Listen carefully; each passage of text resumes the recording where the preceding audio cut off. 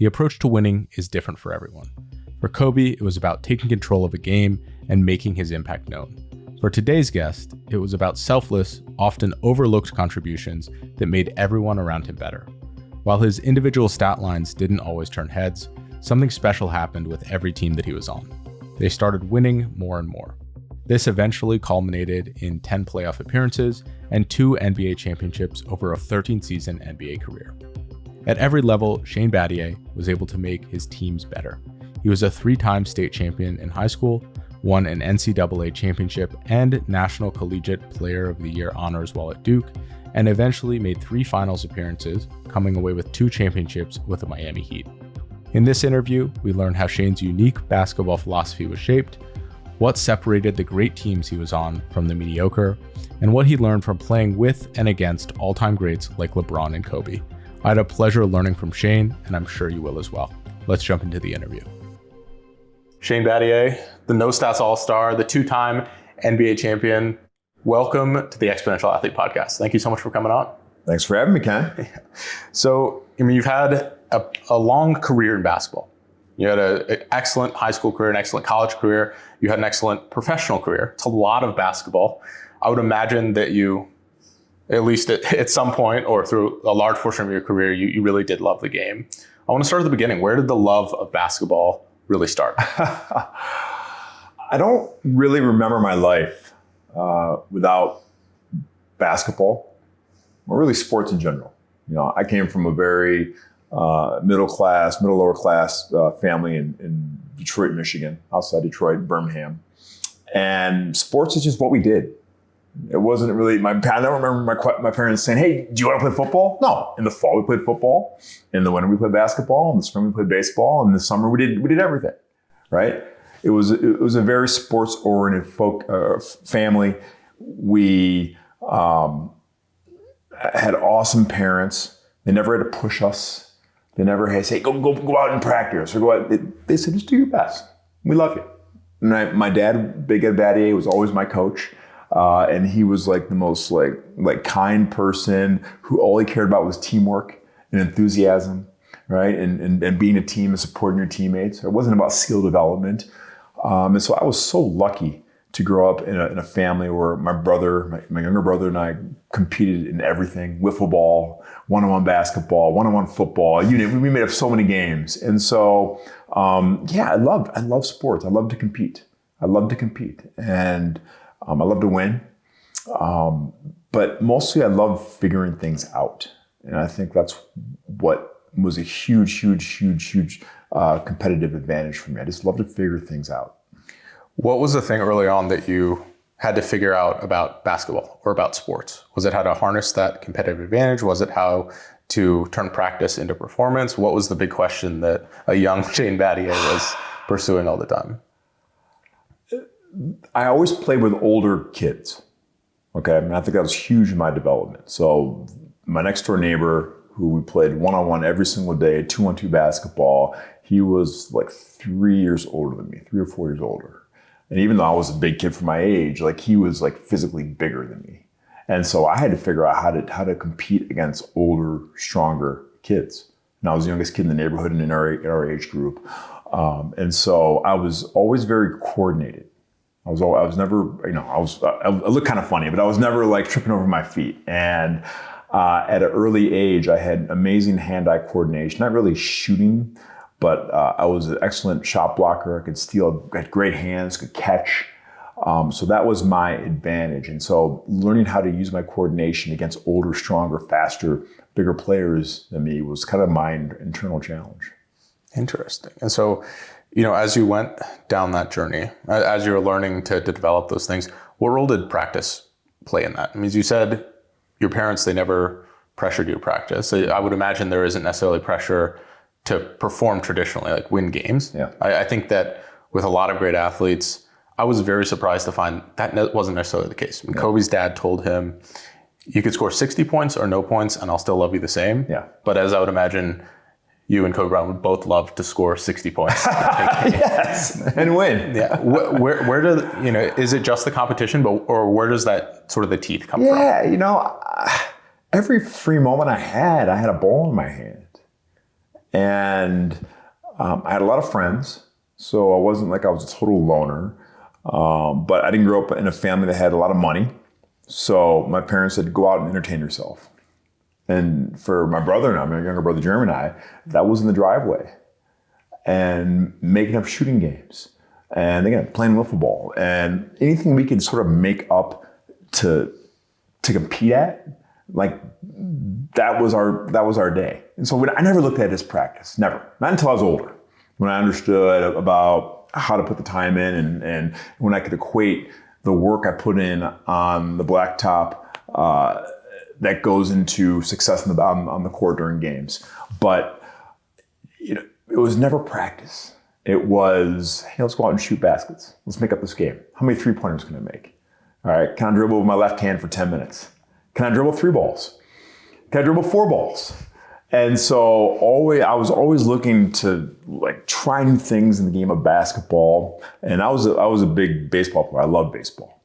And I just remember just like going out, and there was a fence right by our house, and there was one little beam across the fence. And my brother and I would just spend hours just trying to hit that beam because we knew it would be advantageous for pitching.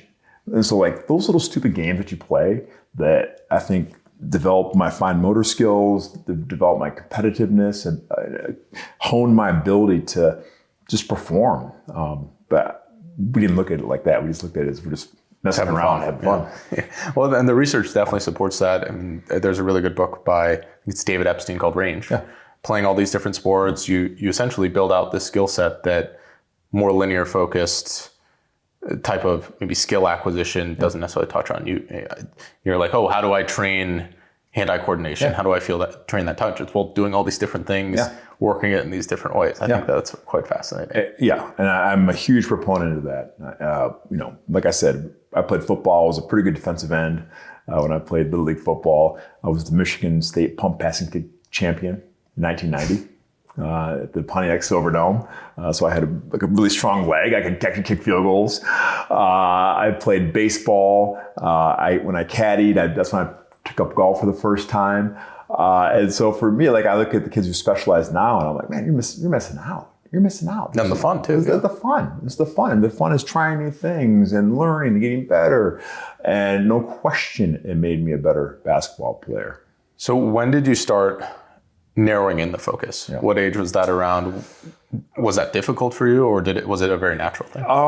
When I was 6 feet tall, I was 12 years old in 6th grade. Okay. So you were like Andy Reid at the punt. I was that kid who always had to carry a birth certificate with him. I was older for my age group, but I was a really good basketball player. But I love baseball. I thought I was going to be a Major League Baseball pitcher. I was like the big unit of Little League, a 6 footer throwing from 45 feet away. That's real. That's real smoke coming at you. The next year, I grew to be 6'4", and again, I was a pretty good tight end. And so that year at my first year at Country Day, I was tight end, and it was almost unfair because in middle school, all the defensive backs were like 5'6", 5'7". All right, so I'm here. I'm 6'4". I mean, literally, it was like unfair advantage.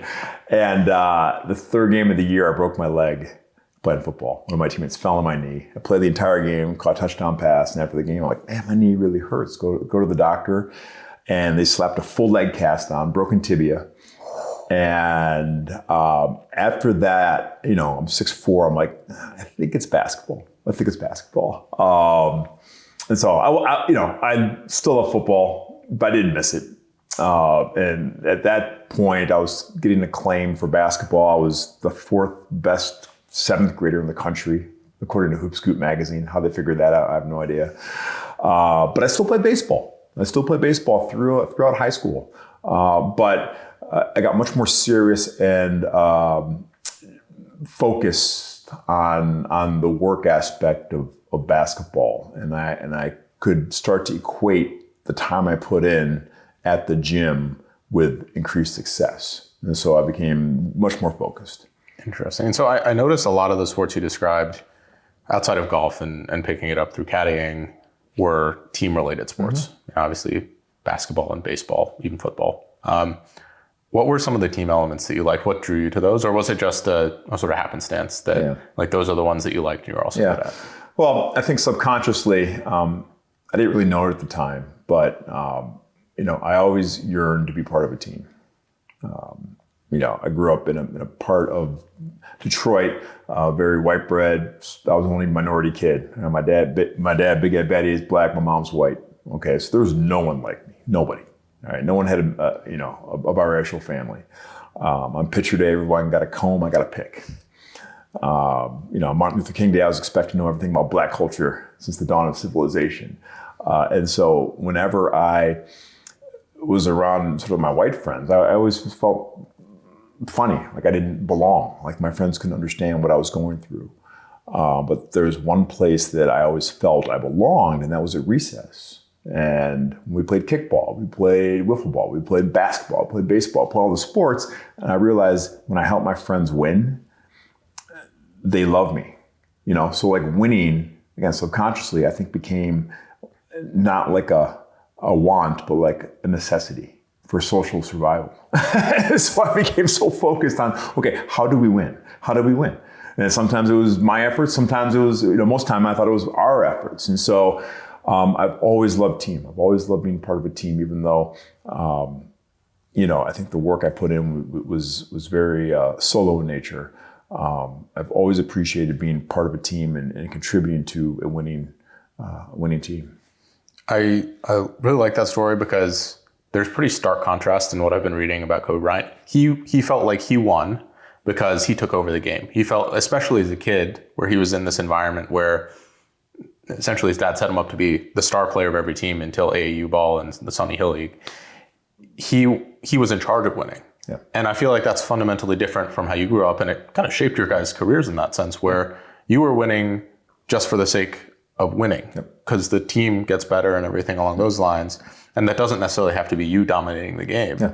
But, culturally and in the environment he was in, that was how he knew how to win. That's what he completely related winning to. And that essentially shaped his whole career. And I would argue that the opposite of that, just like how do we win purely, is what's largely shaped your career. I never wanted to take credit for any win. Never. Because I never wanted anyone to think that I was bigger than the team. Yeah. And that it was true for Little League, football, basketball, every sport. It was always, man, we have a great team. We have a great team. And, I wasn't egoless. Like I was proud of my contributions, and I felt like I was an important part of the team, but there was always a bigger team that was around me. And so I was always super hypersensitive to the early acclaim that I got. I never thought I deserved it. And I always thought I was kind of a fraud. And like I said, the fourth rated seventh grader by Hoop Scoop magazine, which is ridiculous. But when I saw those things, when I saw the articles about me in the paper, it was almost like an alter ego. It wasn't me. It was, some guy named Shane Battier. I was just Shane, and I knew what I was doing, and I was fine with that. I really was, and I was always scared that like the curtain's gonna be pulled away like the Wizard of Oz, and they'd know that I actually wasn't that good. And so, again, I had such amazing parents, sports parents, to just they loved me unconditionally. And my dad's attitude, even though like I was really good and dominant basketball player, my dad's attitude was always, man, how lucky are we that we get to experience this together? Yeah. And he could have been very easily, hey, look at my son, look at my son. He was proud of me, but like, look at my son, look what he did. He was never like that. He was like, man, how lucky are we to experience this together? And that was the attitude that was pervasive on like all of my teams and in our household. I think that's so important. I mean, you mentioned your dad, obviously someone you looked up to, as a huge influence on your life. I'm interested also in who else was a big influence on your career in basketball. I mean, I think a big theme in everyone that I study is who came before you. Yep. And I'm interested in that sense, who came before you from a research perspective, who came before you in terms of who people you talked to that shaped your career. I would imagine Coach K had something to do with your philosophy, but even who came before you in terms of books that shaped your philosophy or mind. Are there things that really stick out that you're like, wow, this person or this idea that came before me has really made an outsized impact on how you live today? I think being a Michigander, being from Detroit, had a huge impact on me. Obviously, the Motor City is known for the auto industry and sort of the assembly line mentality. And I would say this is pretty pervasive through the Midwest, but really in Michigan, it was always about the assembly line, right? It was always about the team. What do we accomplish? So like my earliest basketball memories were the Detroit Pistons, right? The bad boys. And it was kind of like us against the world, but like Isaiah Thomas, Joe Dumars, Spider Sally, Dennis Rodman, Bill Lambier, and like they had all-stars, but they were like a team, and that is what jived to like the city of Detroit, being a part of something special. Like I loved Barry Sanders. I loved him. He was my favorite athlete of all time, but he was never appreciated like the Piston teams were, because his individual greatness was so great, but the team was never great. Interesting. And I always felt that, and I loved Barry, and I appreciated him, but as a whole, I don't think the city appreciated him. Grant Hill was sort of very similar when I got into high school. He was so great, teams weren't. So his individual greatness wasn't appreciated. So I think growing up in the assembly line mentality of, hey, you know what, you show up every day, rain or shine, you punch the clock, you do your best you can, what you got that day. All right, when it's closing time, you punch out, you go have a beer with the boys, and then you go home to your family, all right? And you're grateful, and then the next day you do the same thing again. That really, when I look back at my career, that was my superpower. I just wanted to be a member of the assembly line, punch my clock, do my job, do it great. When job was over, it was time to enjoy myself, have fun, be around family, but do it again tomorrow. Well, there's also something about that assembly line that I think was kind of baked into what you were saying, but that's the specialization and being unbelievably good at a specific role you're targeting in your task. I would imagine that's also pervaded into your career as well. Yep. I would say that defense always came very natural to me. And I watched a lot of basketball. And so defense was something that spatially I was always able to understand. Like I understood angles, I understood how long I was, I understood rotations. And offense was something that I really had to work hard at. It just didn't come natural to me. But blocking a kid's shot, I learned that in kindergarten. And I loved it. Right? Yeah. So I was a really good shot blocker. And so, I always thought that my calling card was defense on every team I ever played. And I just saw it. It just came much more natural to me. Amazing. I want to touch a little bit more on who came before you. Mm-hmm. In terms of people that you looked up to or interacted with. Yeah. Obviously, like in Motor City, you have the great teams, the great individual players. What were your first interactions with professionals that you looked up to? What types of questions did you ask them, and how did you phrase those questions? Yeah. How do you go and break that bubble, if that's something? The first professional that I ever met was Isaiah Thomas. And so Isaiah Thomas allowed me to go to his basketball camp every summer. I didn't grow up with much money. And so I got a scholarship to go to his basketball camp. And so for me, it was always like, this guy's a Hall of Fame point guard. No, this is Isaiah. That's my guy. And he always looked out for me, always talked to me about working hard. I didn't know what that really meant because I was in like fourth grade, like third or fourth grade, right? When I was seventh grade, he always played a bunch of kids one-on-one at his camp, and he called me up. And at the time, I didn't know he was pulling punches, but I beat him like 3-2, right? And so I sit back down, and everyone's like, "Oh, Battier beat Isaiah," and I really thought I did. And so like I didn't know like what a pro level athlete, but like I thought it was. I didn't like brag, but I was like, oh, that was pretty cool. And so I was never intimidated by like just what it means to be a professional basketball player. And then when I was in high school, I got a chance to be a ball boy for the Pistons. And I used to mop the floor every single day of the Pistons practice facility and fold towels and wash jock straps and make Gatorade shakes. But I got a chance to interact and look up to guys like Grant Hill, Lindsey Hunter, Allen Houston. Don Reed, Jerome Williams. And those guys were instrumental in my career because I saw firsthand every day the professionalism it takes to be at the top. And how hard and diligent, and when they walked in the gym, they weren't farting around. They got to work. Right? They weren't there long, but like they worked hard. And again, it was the first time in my life I saw something. I'm like, you know what? I can do this. I can do this. And so I jumped into drills with them, and like I was young, but I could compete. I'm like, you know, I can do that. So it was the first time when I was in high school, I said, you know, I got a chance. I got a chance. Look, it's crazy. You don't know what it takes to be a pro when you're a kid, right? You don't know the hours and the training and discipline. But when you see what your dream is and you see that it's not overwhelmingly difficult, it's difficult, but it's not like impossible, it means everything. Yeah. And that was like so huge for me to see it and live it and see it every single day. Well, I don't want to keep bringing up Kobe parallels, but I mean, that is a distinct advantage that I think he had when he was a kid, is he was the ball boy for his dad's Italian team. Yep. And he sees them practice every day and he says, oh, I bet, and like, I see how hard they work. I can work that hard. I see what they're doing. And there's something that I think inherently clicks when you say, oh, what they're doing, yep, I could physically do. I could put in that time. I had the opposite experience when I was pursuing professional golf. You know, I see what these guys are doing. I'm like, oh, I can. But if it went the other direction, you know, it's like, it's one of these things where it's like, oh, okay, I get it, right? Yeah. And I think that there's something inherently grounding in that in either of the directions. Something you saw probably up close as well is Grant Hill. Yep. When you were at Duke, there were a lot of Grant Hill comparisons. Yep. And I think that happens with every elite level basketball player compared to someone else. Yep. How did you view that? And, you know, what impact did that have on you in your career?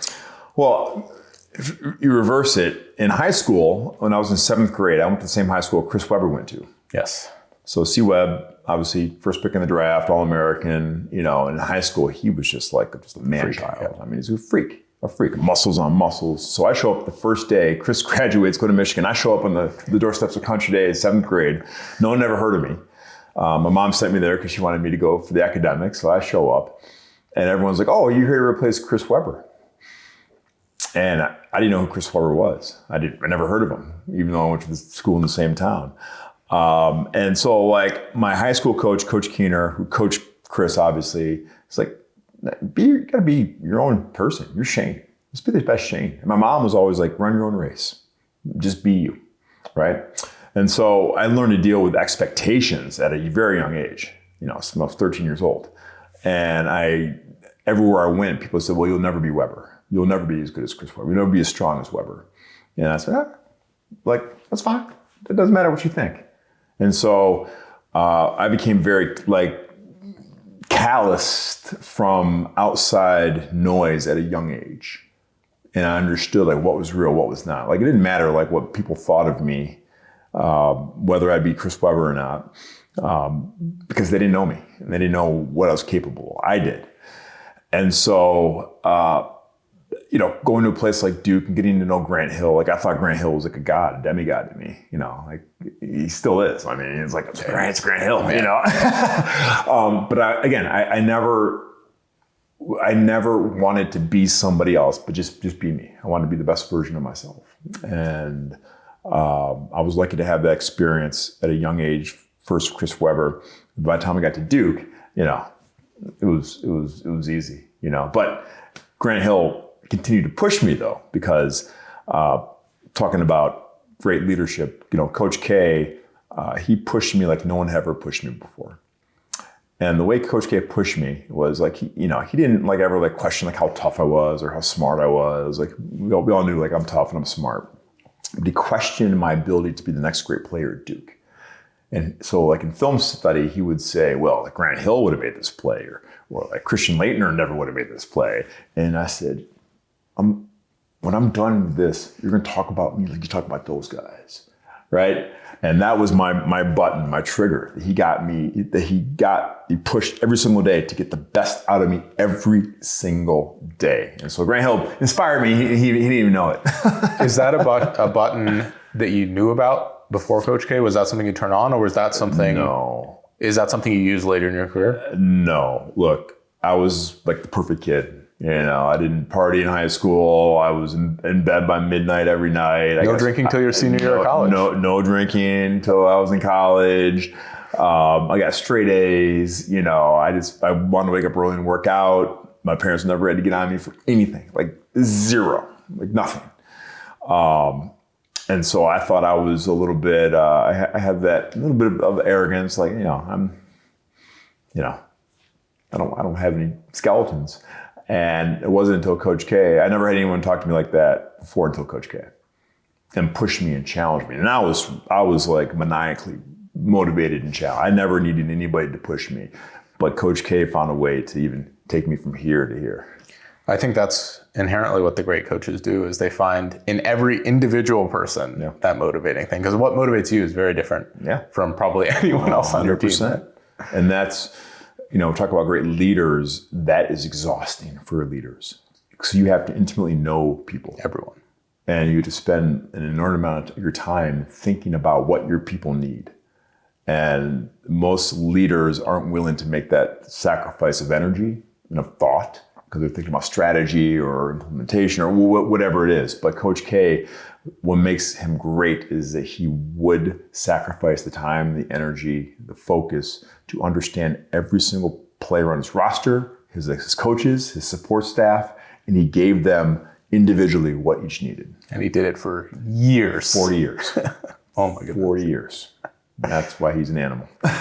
Unparalleled in that domain in terms of, so that is something I would identify as maybe an evolution in your career is the Duke arc. What did your career evolve? Like, how did you view improvement in your game, in your mentality over the course of your career? Were there any that just big shifts that you made where you're like, hey, the game opened up for me, or this changed for me? What did those look like? Well, look, it's much different than the kids today. The kids today, they show up to the campus with a business plan and a marketing campaign and a social strategy, right? They're there just passing through. That wasn't the way it was for me. All right, I got to Duke and I said, okay, maybe by my senior year, I'll get a look at the league and I think I got a shot. But I'm happy to take the progression and just add things to my game every single year. And so, I was a pretty good shooter in high school, but I didn't know what I needed to change to get even better. And so a guy named Chip England changed my life, who's the shooting coach extraordinaire. He changed my life. After my freshman year at Duke, I shot 4 for 30 from three-point line. All right, I was a good shooter. I just had a really bad year, tough year. And I used to shoot on the side of my head, like this. And so I was at summer camp at Duke, and Chip came up to me and said, hey, I'm Chip England. If you don't mind, I got some feedback for you. He's like, you're not going to make the NBA with that jump shot. Tell me more. He said, well, every time that you go off a pick to your left, you're going to have to bring the ball back to the defense on the right side of your face. And so literally you can't play on half of the floor, all right, with these defensive athletes that the NBA has. And so I'm like, okay, that makes sense. And so he's like, if you're willing, I think we can change your shot to become more efficient, quicker, and you'll be able to, use both sides of the floor. A novel idea. And so he said, I'll be here at 8 o'clock tomorrow if you want to get started. And he told this same speech to a teammate of mine. He said, I'll be here at 8 o'clock tomorrow to work. I show up, my teammate does not. And the rest is history. Your teammate also make it to the NBA? He did not. Oh, interesting. He did not. And the rest is history. And that was literally I think a seminal point in my career. And I worked with Chip the next 3 years, changing my shot and beyond when I got to the NBA. But that was a time when I really got serious about the technical aspect and sort of the craftsmanship of basketball. And I really, really got deep into the nuances of what are every little competitive advantage that I can gain here, either schematically or mechanically, to make myself the best player. That's the difference at that level. It's not just about raw athleticism or sort of the raw skills. It's the fine details that separate the best from the best. So what is different when you're looking at those things for an individual and how you get better, the small technical details versus a team and how a team wins? I mean, obviously something you paid very detailed attention to in both domains. Yeah. Is there a difference, or are those sort of the same things that are just packaged? It's all attention to detail. And you understand like the difference between making and missing a shot is like this, right? And the difference between maybe having a great defensive possession and a bad defensive possession is this, right? And so you understand when you're playing the top players, like the margin of error shrinks. When you're playing the great teams, the margin of error shrinks. And so you don't have to like reinvent yourself when you play the best of the best, but you got to be your best version. So what's that mean? You get to be like impeccably sound fundamentally. Okay? If I come off a screen and I have a guy that's trailing me, I can't give this much space between me and the screener because that allows a wedge for the defender. If I come off shoulder to shoulder, it's going to create this much separation for me, which is the difference between me getting the shot off and not getting the shot off. Right? That's the level of like nuance when you're playing the best of the best of the best. Right? If I'm guarding, Kobe in a pick and roll, right, and my feet are just turned at a certain angle, and I give him a middle drive, it's probably going to end up in a foul or a dunk, right? And you would never notice from television, but like I knew when I was just out of position, just by this much.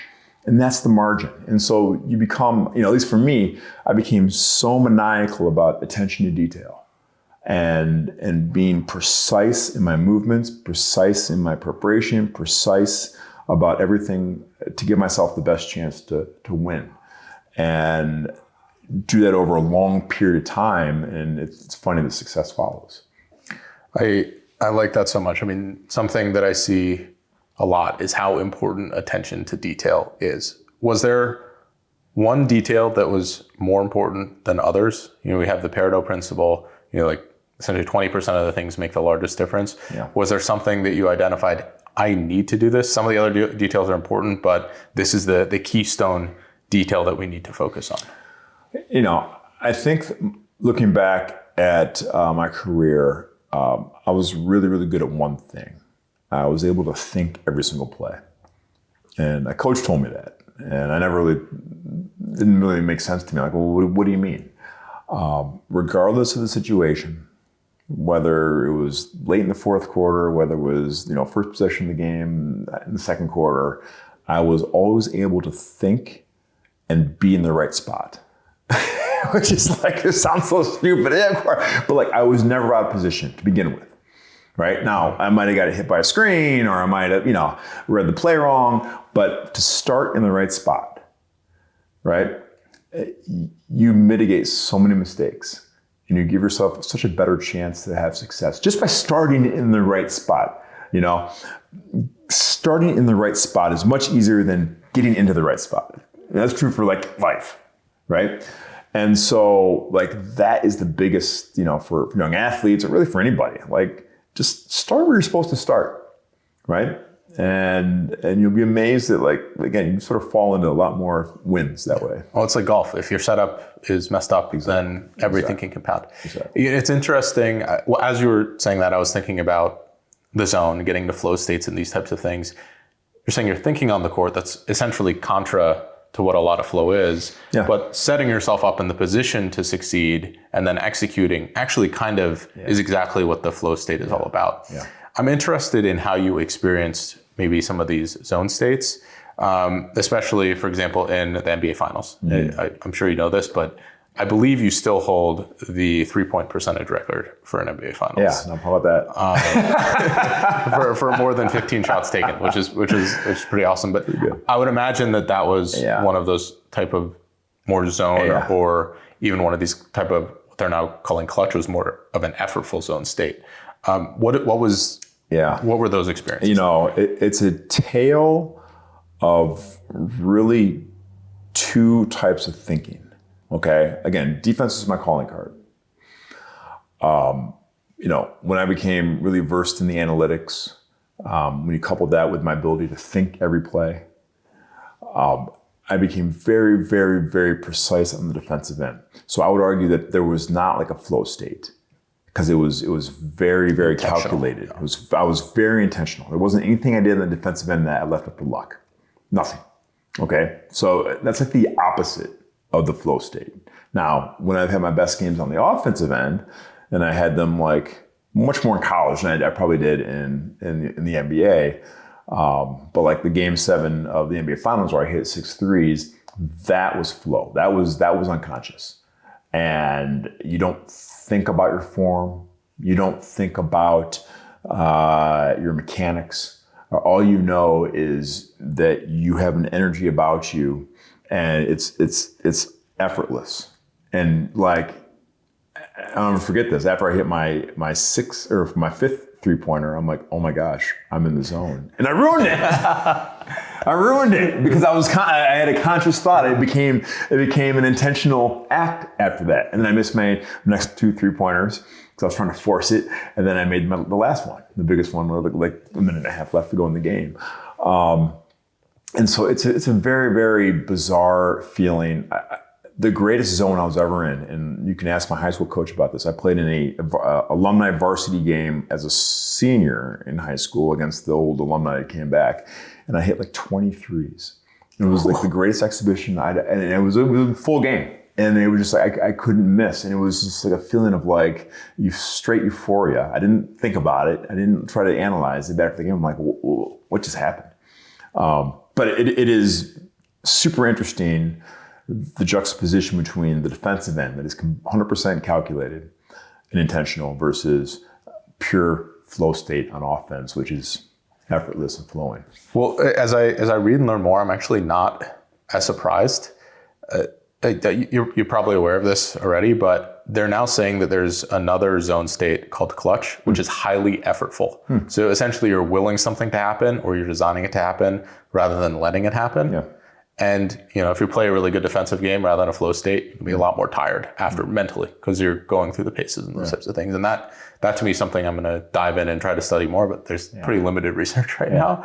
But I love being able to, this is a real life example of, hey, there's these two different things. How can we harness both of them to sort of maximize the success?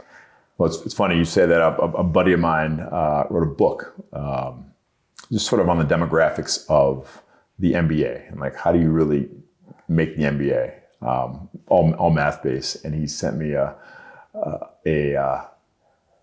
quote. In the research he did, I have the highest split between clutch time free throws and regular free throws. Interesting. So I was like a very middling free throw shooter. Yeah. But my splits in clutch time for my career was like way higher than my regular season average. It's awesome. Putting the team on your back. I think that's funny. Hey, I don't ever think okay, it's clutch time. I got to produce. Well, something Coach K talked about with clutch.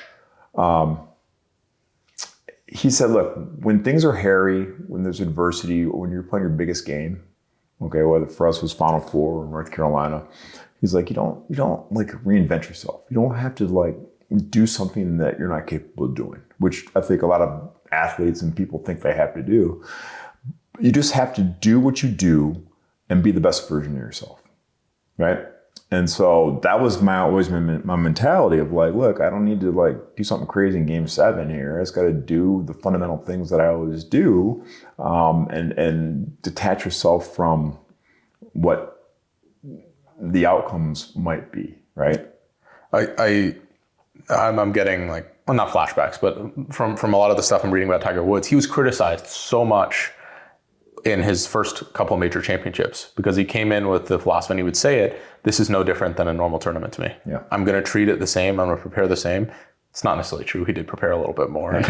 but that philosophy, I think, is something that is exactly what you're describing. It's that this is business as usual. Mm-hmm. In effect, you can complicate things by saying that this means more. Yep. Because in reality, it is just like what happens on the court is And we maybe talked a little bit about how playoff basketball might be different, but what happens is fundamentally not that different. We call it a make-miss league, right? Yeah. There's two outcomes. We're going to make the shot or miss the shot.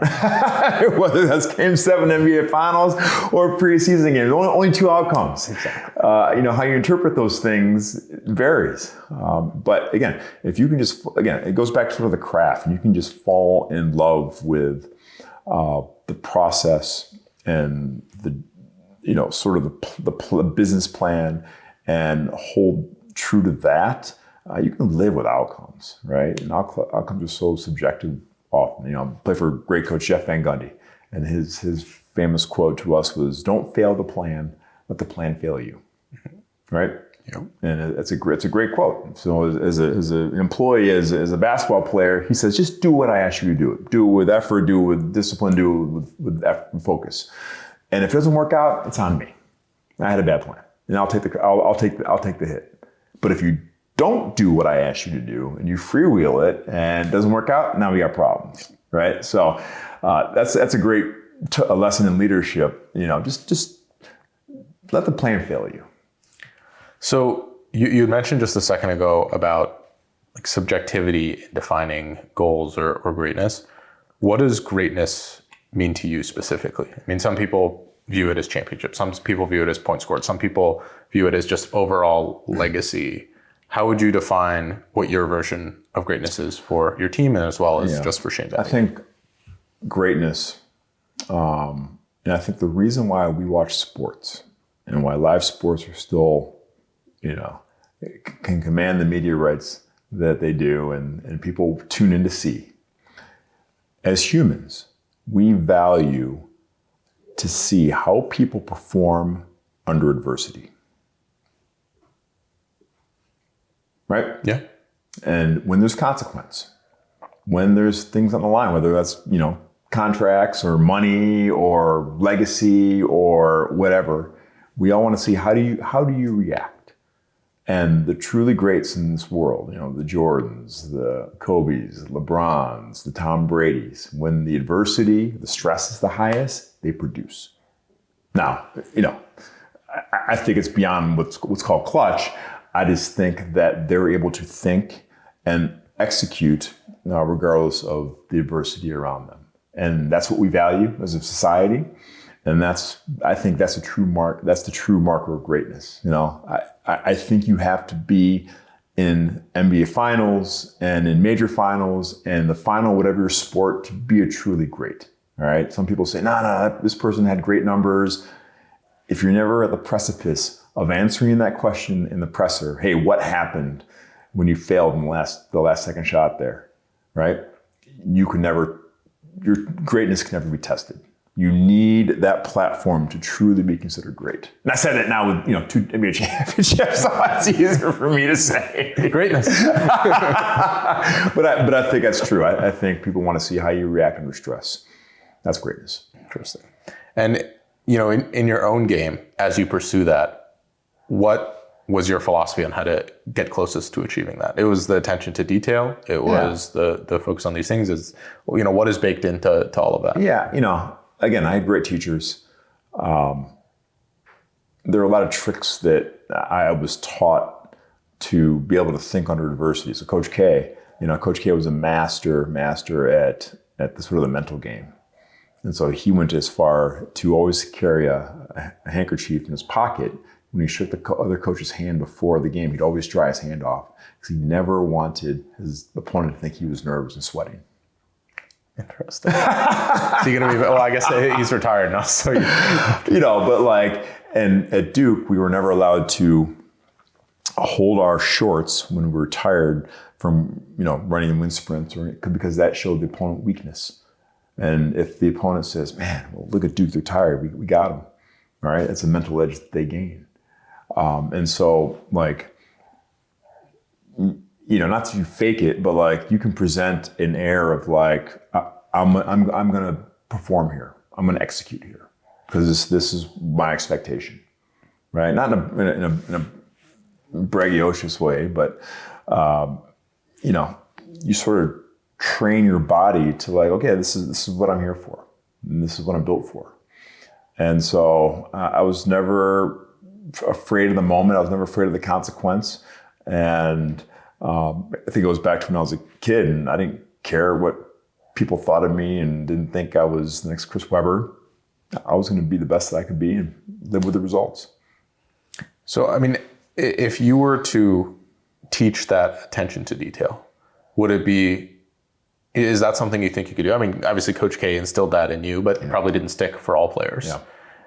How would you go about if someone comes to you and says, they're a high school prospect, really, high chances of making the league, and they want to understand how to build that attention to detail into their game? Yeah. What would it come from? Would it come from habits? What would that? It would come from, again, focused practice and feedback. Look, at Duke, if we didn't have precision, we were running, right? And Coach K was not for everybody. He was tough on a lot of people because he demanded precision every single day, right? And you had to communicate. You had to, not stand here, but stand right here. You know why? Because that's the play that was called. And it's a mindset. I don't think it's very different from joining the military, where the amount of precision that's demanded every single day for a lot of people is overwhelming. But when that's sort of the cultural norm and this is what we do, we're precise and we demand attention to detail, you fall in line. And it doesn't become that hard, all right? But it takes repetition. And look, you can bullshit a lot of people in life, but you can't bullshit yourself. Yeah.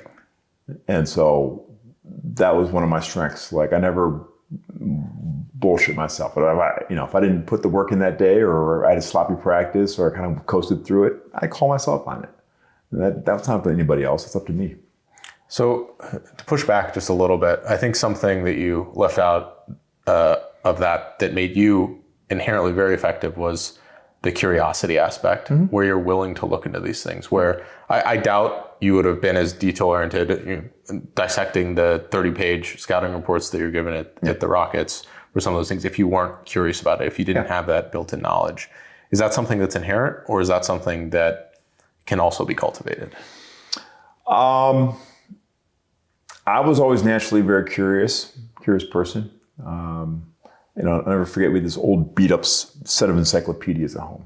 And I used to sit and read, it sounds like the nerdiest thing of all time, but I used to sit and read Facts about beavers and Britannica, Encyclopedia Britannica, because it was I just want to learn, this is interesting about bears, that's cool.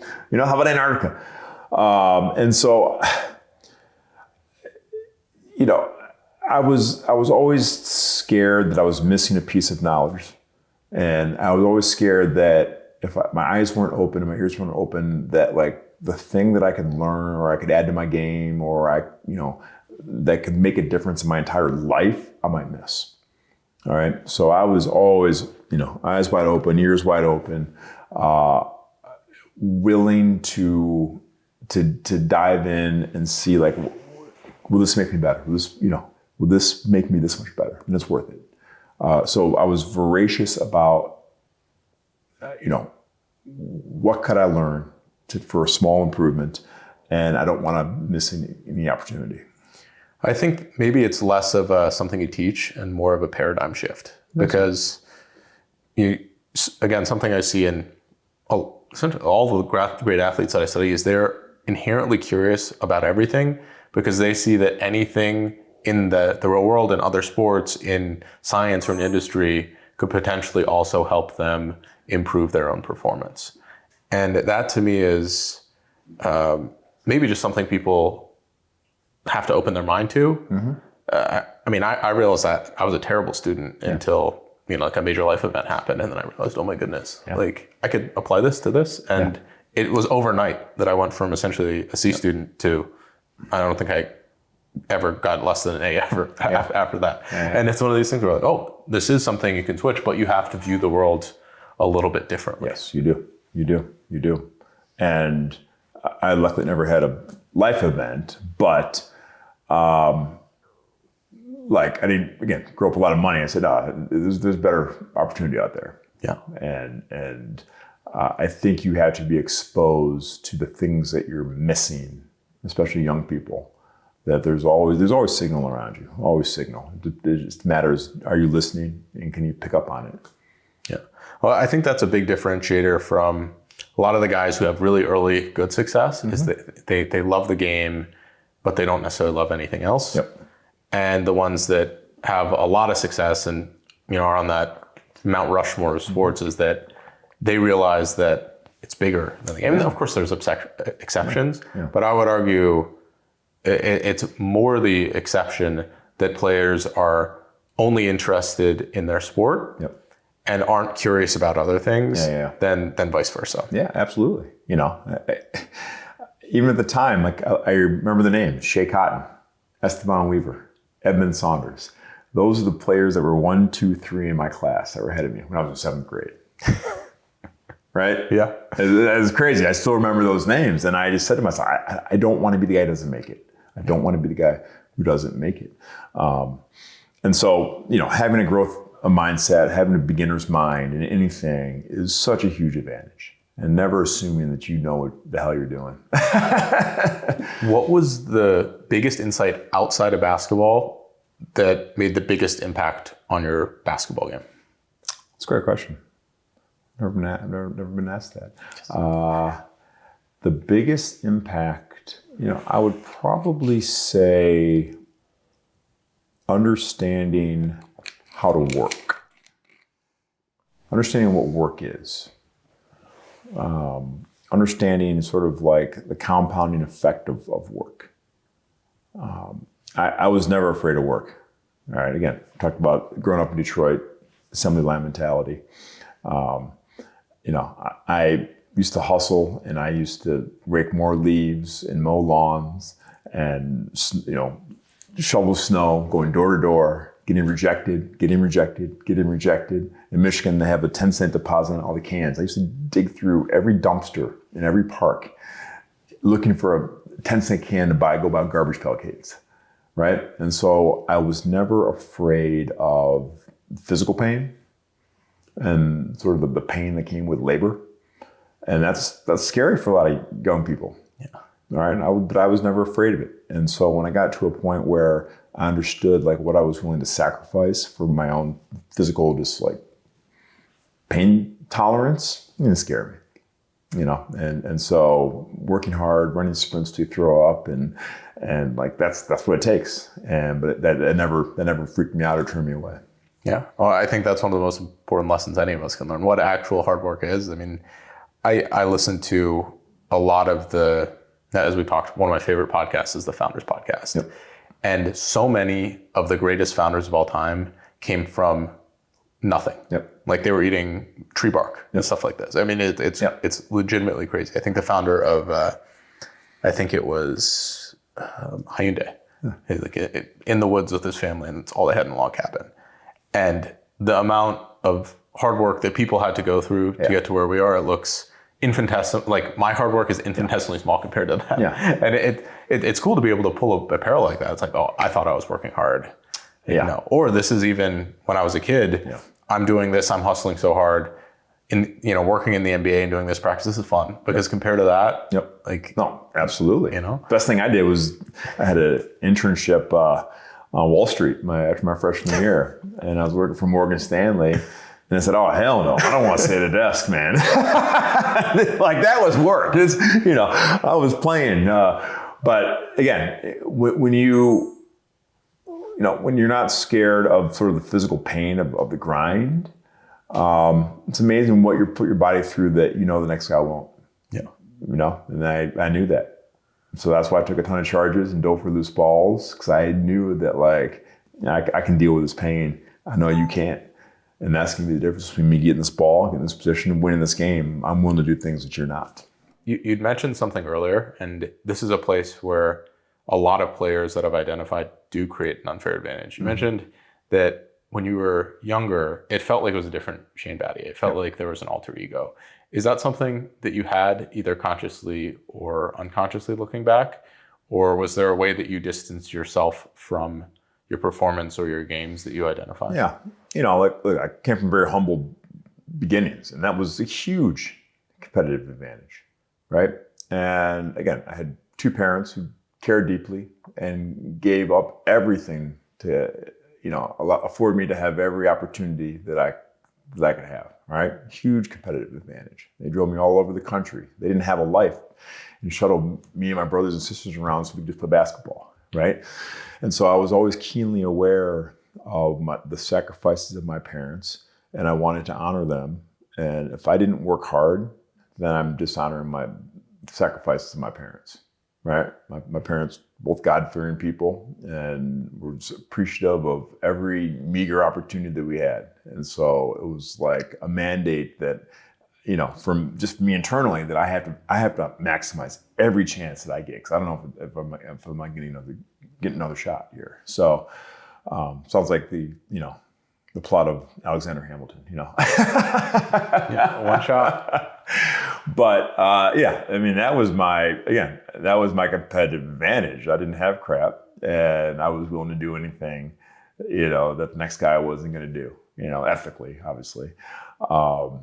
And I had an amazing gratitude for every chance that I got. And you know, if I got a small crack in the window, I was going to bust through it.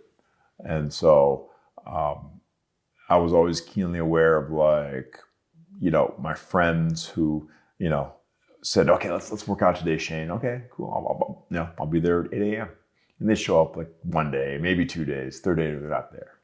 And I was like a golden retriever that came back every day, rain or shine, every day. Because I was always scared that, like, the guy I didn't know was already at the gym for an hour. Is that something that you had to remind yourself? I mean, how did you talk to yourself around those types of things? You just did it. You know, we grew up before empathy was invented, you know. There's no talking about feelings. My family were very, very poor communicators of emotion, things like emotion. And so when you were talking about anxiety or fear, you just buried it and you worked through it, right? I'm interested, you know, even more so in the self-talk that you use. How do you convince yourself that this is your purpose, your motivation? Are there things that you used to remind yourself of, hey, this is important that I put this hard work in. This is important that I do this because I don't want to squander opportunities. I don't want to do these types of things. You know, I was at, I think, Magic Johnson basketball camp, and he said he used to write his goals down on a piece of paper and look at them every day. So, like, that afternoon, went home, wrote my goals, posted them right on my mirror. You know, and it was like, I want to make my high school team. I want to be all state. I want to win Mr. Basketball in the state of Michigan. I want to go to college. I want to win a national championship. I want to go to the NBA. Right? I didn't even want to win the NBA championship. I didn't care. I just wanted to make the NBA. And so, like, I looked at it like literally every day, and it just reminded me of what I was about and where I wanted to be. And it sounds like hokey, but like, it was taped to my mirror. And so when I'm brushing my teeth in the morning, I ask myself, are you ready to get one step closer to all these goals? And at night when I'm brushing my teeth, hey, did you do everything in this day to get one step closer to this goal? And all of a sudden you start stacking days. And it's amazing the improvement that you get, right? And so I'm a huge believer in self-messaging and just reminding yourself every single day, like, why the hell are we doing what we're doing? Because you get distracted and you forget.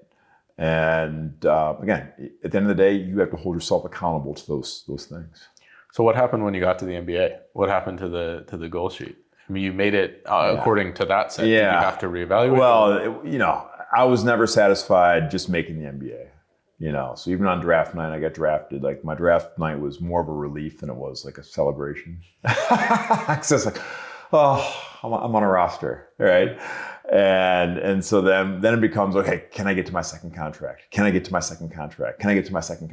Right? And then I finally made my second contract, and it was set financially for the rest of my life. And so after that, when that ended, it was, okay, now I want to win a championship.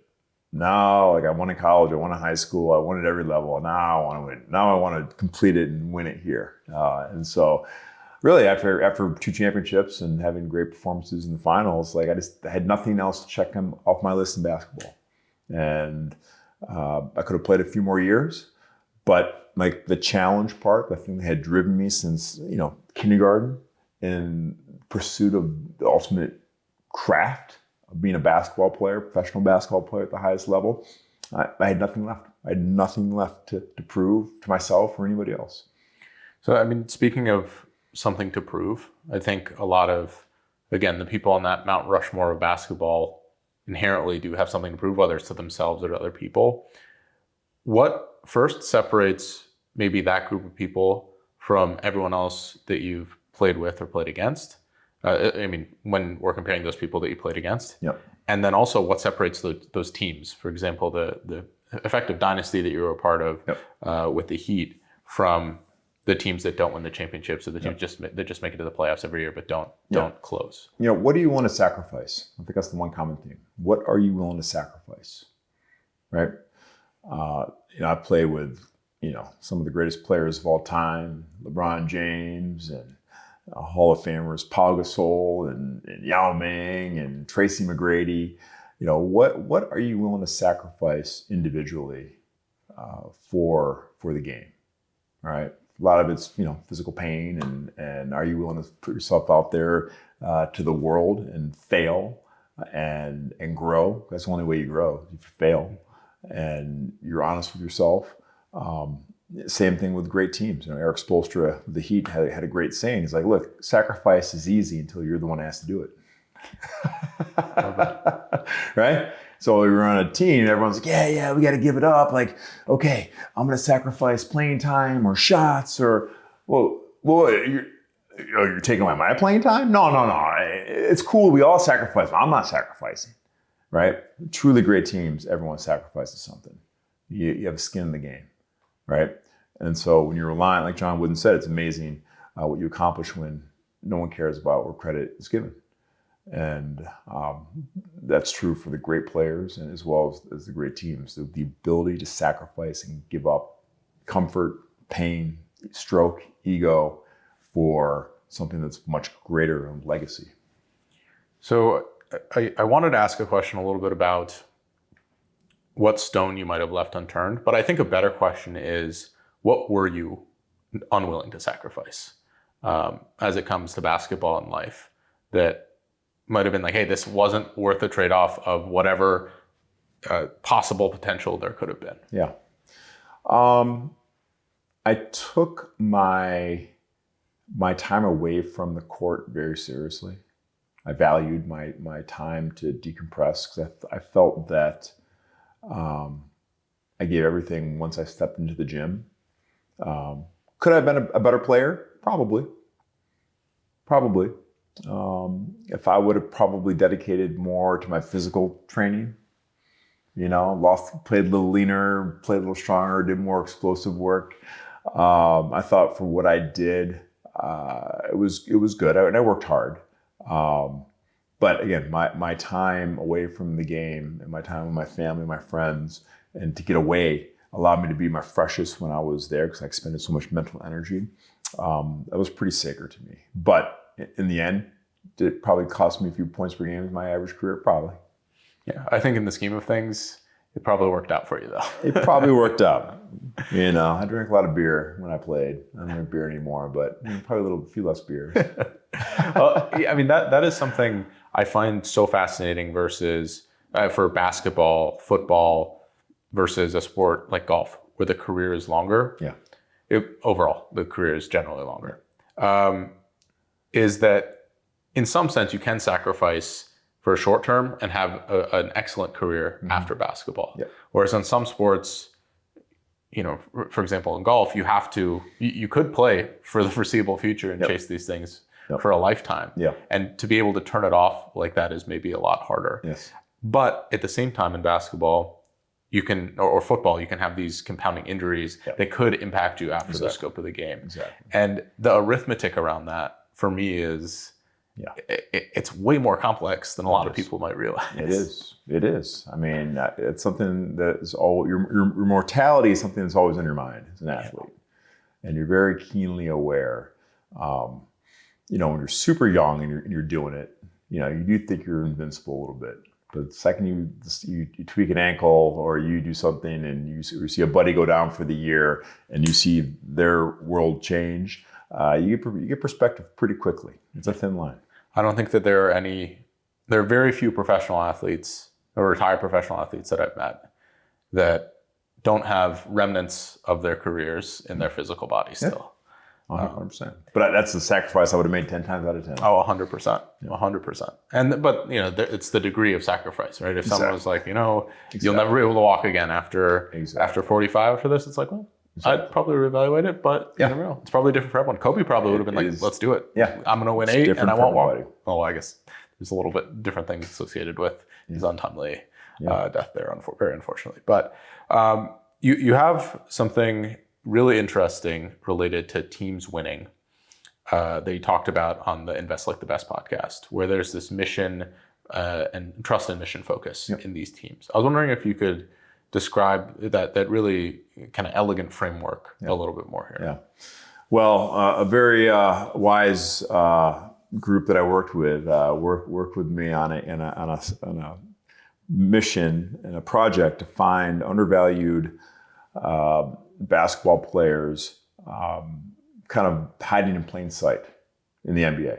And at the time, I was the VP of analytics for the Miami Heat, and so there are two ways to improve your team. All right, and it's accrue the most talent you can, or find the most undervalued assets in the NBA, or some combination of both. Well, we were trying to find undervalued assets, and so we actually worked on this project together for many years, and to understand what makes a catalyst, we sort of had to zoom out for a second and see, okay, what is the role of the individual on a team? Well, zoom out even further, we had to look at, okay, what do even successful teams look like? What are their characteristics? And what we found was the interplay between trust and mission focus is prevalent in every team that you'll ever be on. Whether that's your corporate gig, your basketball team, your marriage, right? And it explains pretty much everything about your performance, your ability to have upside.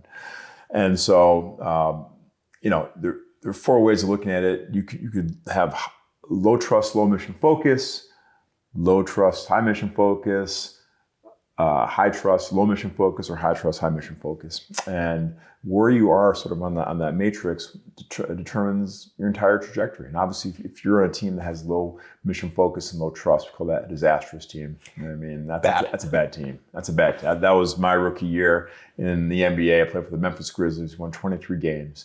And we were so bad. There was infighting and finger pointing and lack of resilience and just a lack of general cohesiveness that would never allow us to win. I played on a team, that same Memphis Grizzlies team. We started to weed out some of the bad eggs, started to develop more trust, and we became a high trust, a low mission focused team, called that a lagging team. And on paper, it's pretty good. We didn't have drama, but we just didn't have the internal drive to get to where we want to be. That was an NBA championship. You could have a team that is high mission focused and low trust, called that a brittle team. And on paper, that sounds awesome because you got a bunch of absolute killers out there and go-getters who want to take the mountain themselves. But what trust does is it actually buffers the physiological reaction to stress. And so the second you have any adversity, the team falls apart. And if there's one constant in any venture, it's adversity, all right? And so, every championship team I played on, every great corporation, they live in the quadrant that has marked by high trust, high mission focus. And there's a shared accountability, a shared resilience, a shared identity. As a result, there's like low turnover of these groups because they're like, no one has it better than us. Why would you leave? And like that's the goal of any team, is to live in that quadrant, and you gain so much more meaning out of the journey living in a high mission focused, high trust environment. And so it really is the ideal that we're all trying to find in every aspect of every part of our life. Yeah, and I think part of that, especially in basketball, it's all about personnel. Like who is there, who's on the team, and if there's people on the fringe, can we essentially convert them to make them more trusting? And I find this concept fascinating when you look at the series of Kobe's career when he won championships and didn't. Yeah. So you look at that first series with him and Shaq, that was probably a brittle team, but it was held together by superstars. Yes. And then the second, almost repeat, where he won the last 2, that was probably closer to the high trust, high mission focused team. Yes, I'd agree. And people are a huge part of that. I think, obviously you played with Pau Gasol. That team had a Pau Gasol. They didn't have a Shane Battier. But it's interesting to see. I've analyzed this a lot. I actually think he was a huge key player in creating that environment on that team. And it was really interesting to see that across maybe like a broader spectrum of, hey, this is a real life case study. You obviously saw a high trust, high mission focus when you're in Miami. But I think that framework is really elegant, the way it can bring shape and bring context to what we see in these real world phenomena. And it's prevalent in everything that we do that involves a team, more than one person. And so a lot of people don't want to, they treat trust as some woo-woo thing. No, it's essential. If you want to execute, you want to perform high, you have to foster trust, but you got to have people that know why they're there every single day. Yeah, and there's a lot of good science to this, if I recall, with the U.S. military and these types of groups. That's what you 100%. You don't want to be out there without people you trust. I promise you, the Navy SEALs know who they can trust the most, and what group they need to send into Afghanistan for the most dangerous mission of all time, right? And so there is a science to team building, and it's not random. And going back, it's there's so much to identifying, cultivating, and sort of raising the profile of the catalysts that was my superpower. It wasn't my stats, it wasn't my athleticism. When I was with every team, the teams just played better. They shot better, they rebounded better, even though my individual stats were very, very meager. Butler University, actually, I did a huge research project on sort of what I did, and they call it the Battier Effect. And the Battier Effect is the ability to affect a group not by your own prowess, but by creating an environment where everybody else raises their level. And I think it's a pretty cool legacy to have, and something I'm very proud of. I love that. Well, to me, that's an interesting thing because it shows that it's replicable. The Battier Effect is replicable in different situations. What are the fundamental structures of that? I think we talked about a lot of them. Like the first is maybe leading by example, showing hard work, attention to this detail, being able to assimilate and integrate and incorporate some of that selflessness into the team. And sort of that, I guess, desire for the mission, the end goal, compared to the individual component, individual goals. And if one person on a team embodies that, that means that it's likely that another person will, and another person will. It's really neat to see that compounding cascading effect. Again, we're always looking for ways to, like, cheap wins, right?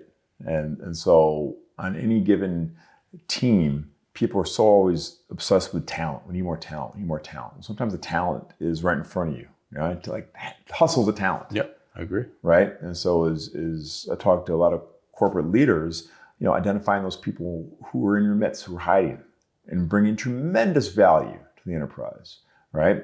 But raise their profile, praise these people, right? Show them, like, this person is sacrificing for the group. All right, this person has amazing emotional control.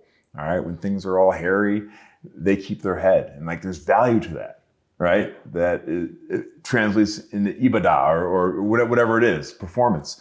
And so there are a lot of just estimated and undervalued characteristics that make winning teams go around. Well, I love the business example. I think it's a lot easier to see the value of these types of things. Anyone that's ever been on a project knows how valuable a project manager is, and having a good project manager. Everyone that has written code knows how important it is to have someone that writes clean code and leaves notes and these types of things. Everyone who's a little disorganized in running a project knows how important it is for someone to have great organizational skills. But none of those in the workplace, none of those on the basketball court seem like they're overpowering. Oh, we want that guy. He's the most eloquent and all that stuff. And in the business space, those are still arguably what creates more ROI than anything else. And we frame it a little different. Shane, I have one last question. I mean, you've had an awesome a career after basketball. You've been able to find interests. You've been able to pursue awesome things and investing and philanthropy and all of these different things. Obviously, a similarity that you shared with Kobe is having desire after basketball. How did you have to reevaluate? How did you have to reassess after your career was over?